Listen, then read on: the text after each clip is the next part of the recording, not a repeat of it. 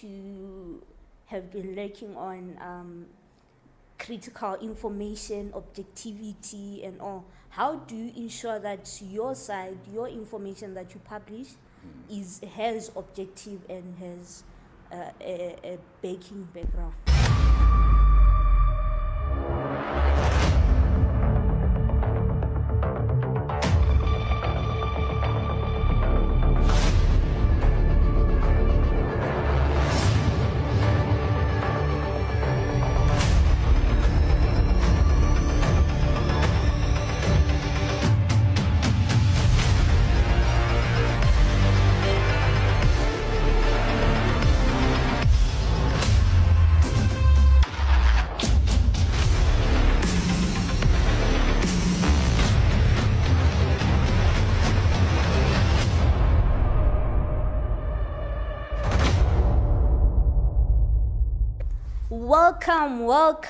Welcome to the Black Couch Sip and Chill, the podcast where we keep you entertained.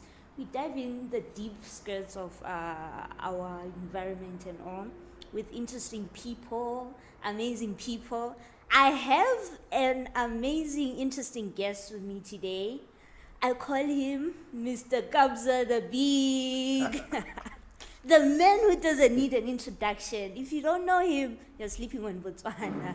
Mr. Kabza, welcome to the show. Thank you very much. Tell us a bit about yourself for those who are sleeping on Botswana. All those who are sleeping on the job. My name is Kabo Gabagwisiwe Garechaba. Gabagwisiwe is actually one of the names that I have been given after the great-grandparents. But usually I go by the name Kabo Garechaba. That's what these people know. I was born in Kanye, 7 February 1980. You're from Kanye? Yeah. Wow. 43 years this year. Shout out to you. Thank you. So I'm married with 3 kids, 2 girls. Amazing. Yeah, so basically I come from a family of, we are 3 gentlemen and a sister, an older sister. My mother, my father, they are still alive. They are plying their trade of staying home at Kanye. Wow. Yeah. Just to let you guys know, he's being humble. He's not telling us that he's a journalist. You're a journalist. I'm a journalist. I have been with Radio Botswana since February 2005. And wow. I am a journalist. I report on almost various things. I'm a news reader, usually for prime time, 1300, that is 1 o'clock news, and sometimes even the 1700 news, and even 7 o'clock in the noon. Those are our prime news at Radio Botswana. So I do news and I do production, a lot of production. And because the news and current affairs of Radio Botswana and television are one, I also do editing with the Botswana television. So I'm doing the editing part also. Wow. Yeah. All I heard is talent. That's amazing. So the media has been said to have been lacking on critical information, objectivity, and all. How do you ensure that your side, your information that you publish, has objective and has a baking background? Yeah, the media as an institution, as an industry, it must base its ethical standard, or the ethical virtues of any media is objectivity. Because what is most important is that people have to trust a media house. Yes, dependability. So it's like where they say, if you are a bridge on the river, will people cross? Yeah. So as a media house, you must act like that bridge in the river where would people cross if you were the only thing in the river. So the most important thing is that you remain very credible by providing objective news. So me working for a government setup, you'll know that obviously in a government setup, the focus mostly is developmental journalism, where you report mostly on the development, on the things that government are doing. If you report on something else that it's outside government development, it's also about issues that will not bring conflict with the public. So basically, working in a setup of a public institution helps you a lot, so that you don't deviate a lot. You know that you have a responsibility to both your employer and the public. Amazing. Speaking on the government, I've understood that you have covered 30 Botswana presidents in external travels and all. Yeah, basically, So- as a part of government media, when in the past, when the president was traveling out, within a team of journalists, somebody will be picked to go and cover the president.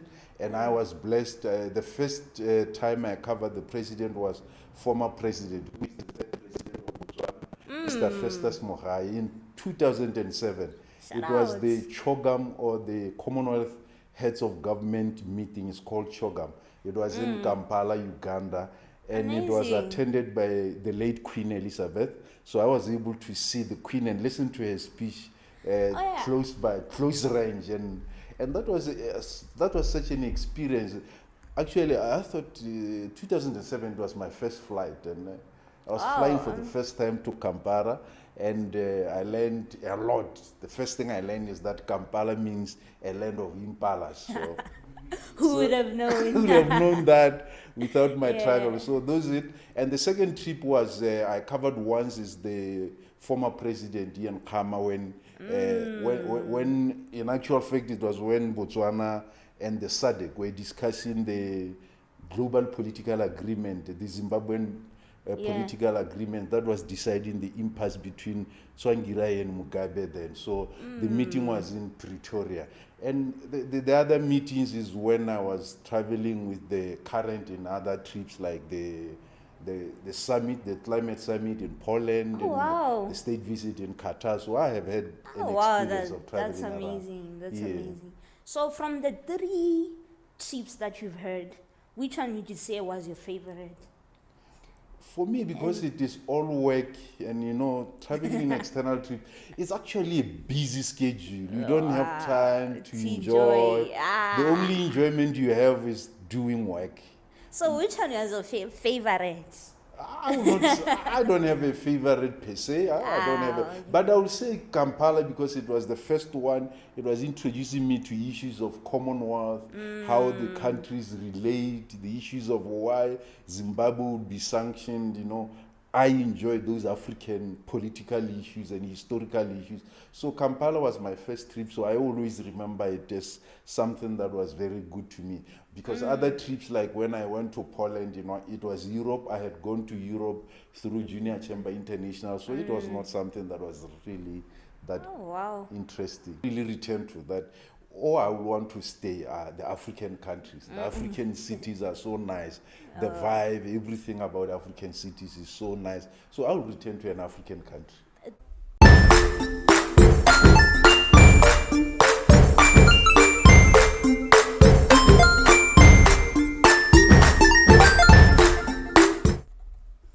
So our next segment is when Ghost, right? We'll call him the Ghost. He's going to ask us random questions. Oh, okay. Yeah, try not to think about it too much. Oh. It's a ghost on the building. Yes. So here is a question. Since both of you are presenters, you're doing something in a public platform, relationship-wise, don't you guys get like too much attention-wise in terms of you've been traveling around the world and the island you stay? How do you deal with that? Okay, no, it's the most important thing is the commitment you have made. Commitment to promise, the promise to commit. So you have to always remember it, even when you see good things. You are telling me out there, even yourself, you are telling me there's always that one person who comes because you're a public figure. Yeah. Yes. Out there for like. Yeah, no, of course. Sometimes you find yourself flirting and then you remember like, oh wait, I'm supposed to be speaking like this with my partner, not this person. Yeah. Oh, okay. Okay. Second question. since as well you're in a public platform as well, have you ever found yourself in a position where someone is irritating you, but you're in a public space, and you are trying to tell them, hey, this is not me, but in a public space? 89% of the time. 89% of the time, people. But then you can't say that. You have to be professional with it and say, listen, I understand where you're coming from. I'll get back to you. But for now, can you talk about this? You know? Oh, that's for me. For me, I think they'll say I'm a shy person. I'm always running away from trouble. So I don't usually experience nasty things around people. They really sometimes, because I'm also on radio, people don't know who I am unless I'm the one who wants to tell them, and I always avoid that. I always want to make sure and keep in the low profile, and unless somebody in the public starts telling them this is so and so, and people want to greet and all that, and sometimes somebody claims to know you and just says your full name, but it's so embarrassing. You don't know the person. The whole entire government name. Yeah.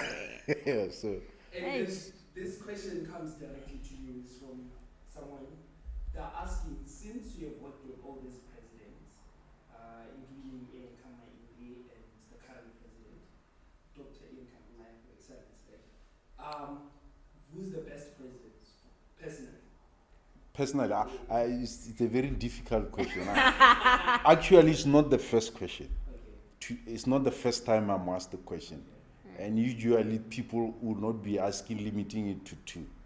But for purposes of including the three, sorry. Including all of them. This is the ones that should work. This is the current is the fifth president. So there's do we need three that should work? you need three with. I will not say. I will not want to put my head on the block as to who is the best, because usually sometimes it's maybe when you ask me who is the best in foreign policy, who is the best in that, and maybe we try to talk to that specific issue. But for me, I think they are all great leaders. I think they mean like the best to be around when traveling, right? Oh, yeah. Maybe the best to be around when traveling. I will not. It would be unfair because I traveled more trips with the current and not with the other one. But you'll know that with the former, he was not that much friendly with the media at the time he was the president. But not to mean that those who were closer will not say maybe very positive experiences. But if in terms of traveling and moving around and having a conversation, I would not have had more conversation with him or maybe interactions than the current one. So that's why I'm saying it's always not a fair subject to deal with. And I mean, here's another one. Worst time when you're on air. Your worst moment when you're on air. For me, worst moments on air is when you get words wrong. Or when for us, you deal with the script, or sometimes you go on air, you trust the technology, and as you are reading, the technology will mess up all the script, and you have not printed the backup paper. So those are really bad moments. But all in all, for me, my most time in air is dealing with news, reading the papers, and so it's not usually that much worse for me, because in radio you have to take an hour before the news to try to revise them. So I usually try to give myself time. I'm so loyal to revising and to the orthodox way of reading news. Yeah. Yes, No, it's the same, like remembering what you would plan to ask. That's the. Some other thing is getting. I once got somebody's name wrong. Yeah, that's another issue. And when they correct you, and that, and the other thing also that is so very embarrassing. I mean, you may not pick it, but if you are really a broadcaster, you are just going to pick it straight away. Yeah. Is when you ask somebody a question and they say, like I said before. Ooh. So they're trying to say you are not listening. You are not listening, and Right. yeah, so I have had that moment, like I said before, and I knew that It's done for I was you. sleeping on the job. Okay, here's a question. Here's another one.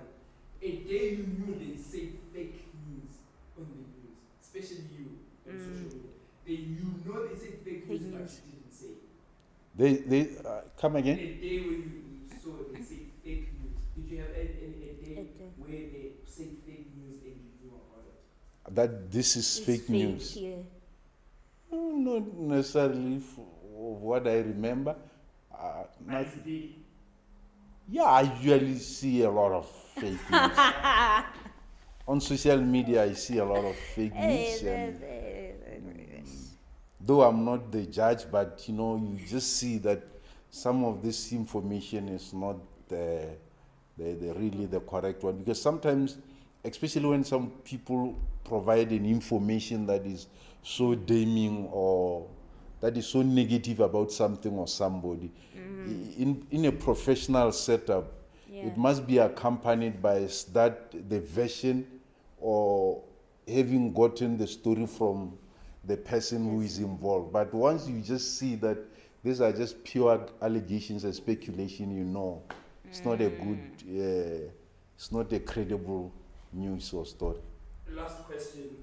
What would you advise to a young kid who wants to also be a reporter, to watch those videos? I think the best advice is take care of your studies now, because we know that this is the only route to being recognized.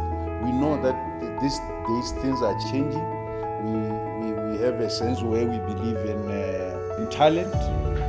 Yeah, we know that talent is the in thing, but at the same time, the backup of education is very important, especially in our world where things are based on meritocracy, or even if they are not based on meritocracy, where qualification will be something that will be set there before you. So study hard, study everything. The media is not a very limited. I started my formative journalism years. I was producing business news. When you get into a field, study everything. Don't limit yourself, say, because I want to start doing media, I'm only going to learn how to talk and write English. So even if it's philosophy, economy, go into everything and study. Meritocracy is the decision or the employment or the decision to give somebody opportunities based on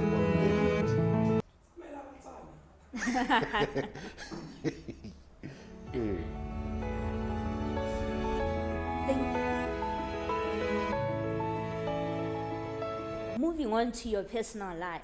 Yeah. So as you mentioned earlier on, you said you have a family of your wife, right, and 3 children. Yeah. How do you balance being a father and a husband and work at the same time? You traveling around the world and all that. How do you balance that?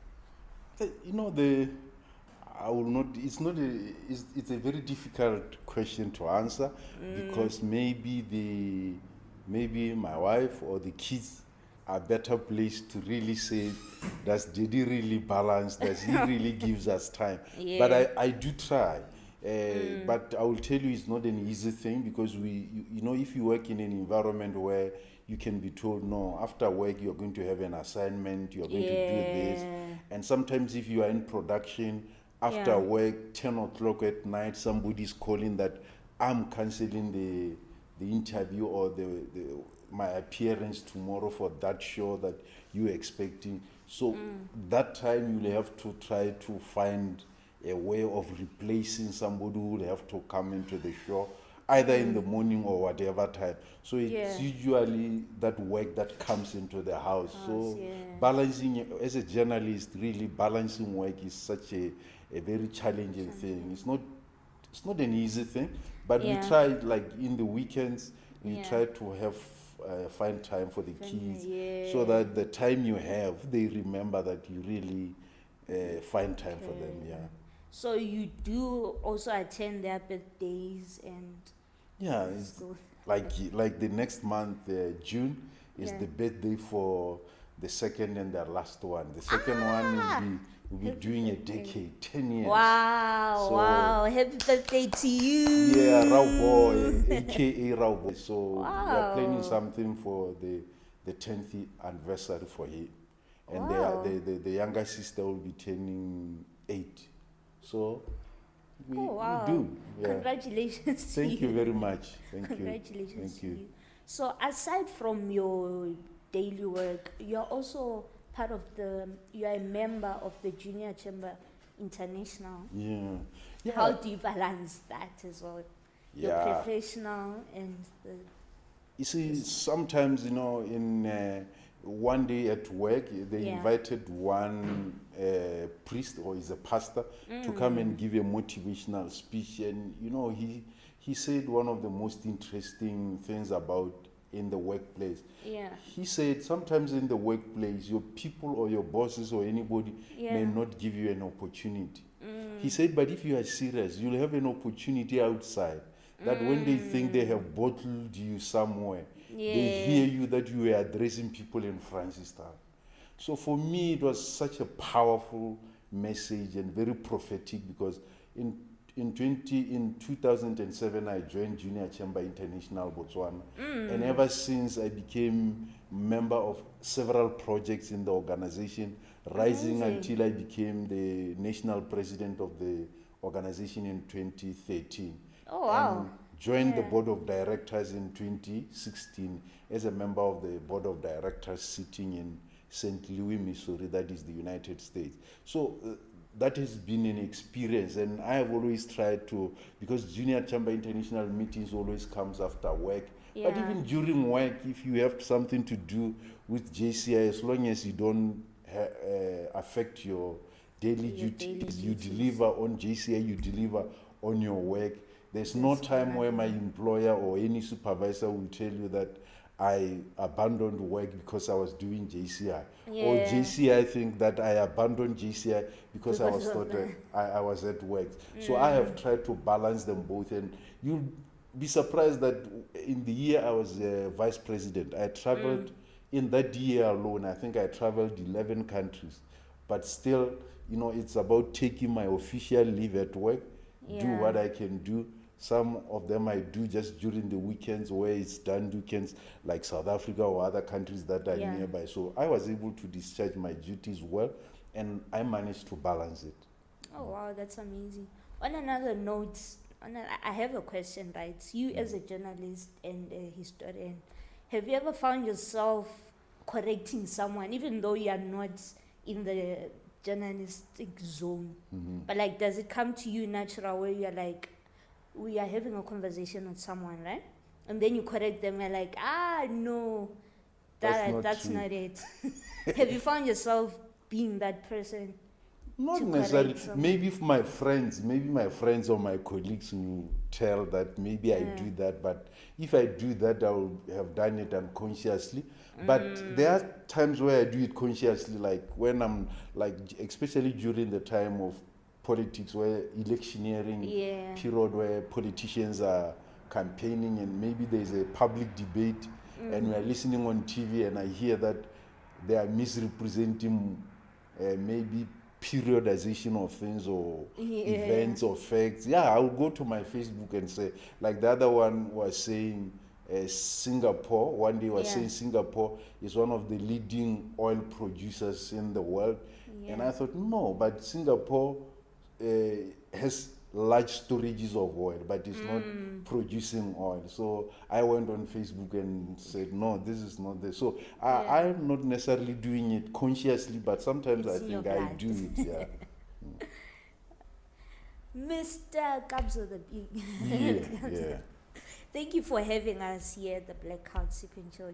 Can you shout out your social media platforms where they can catch you? Yeah, my social media platforms is Kabo. Usually I start with the Hababusiwi Kabo Garechab. But if Okay. you search Kabo Harechaba, you'll find me. Usually I just use my formal names. Even if you go to Twitter, Kabo Harechaba, you go to, I'm also on TikTok, though You I'm have a not that TikTok? yet. Yeah, Oh, I'm a okay. TikTok king. I'm in all spaces, Instagram. I may not be active, but just Yeah, go out yeah. there, check on me. I'm mostly active on Facebook. Like this time, because of the visit of the DRC president, I have run a lot of series on DRC and Botswana, so people can Yeah. just go out there and check me out. Yeah, Amazing. only connect. Yeah. Yeah. Shout out to the Northern Mano Lodge for providing us with this amazing space, and Sound Emotion Studios for the recording equipment and sound. Also, shout out to Rowena for making me look amazing, making me look fly.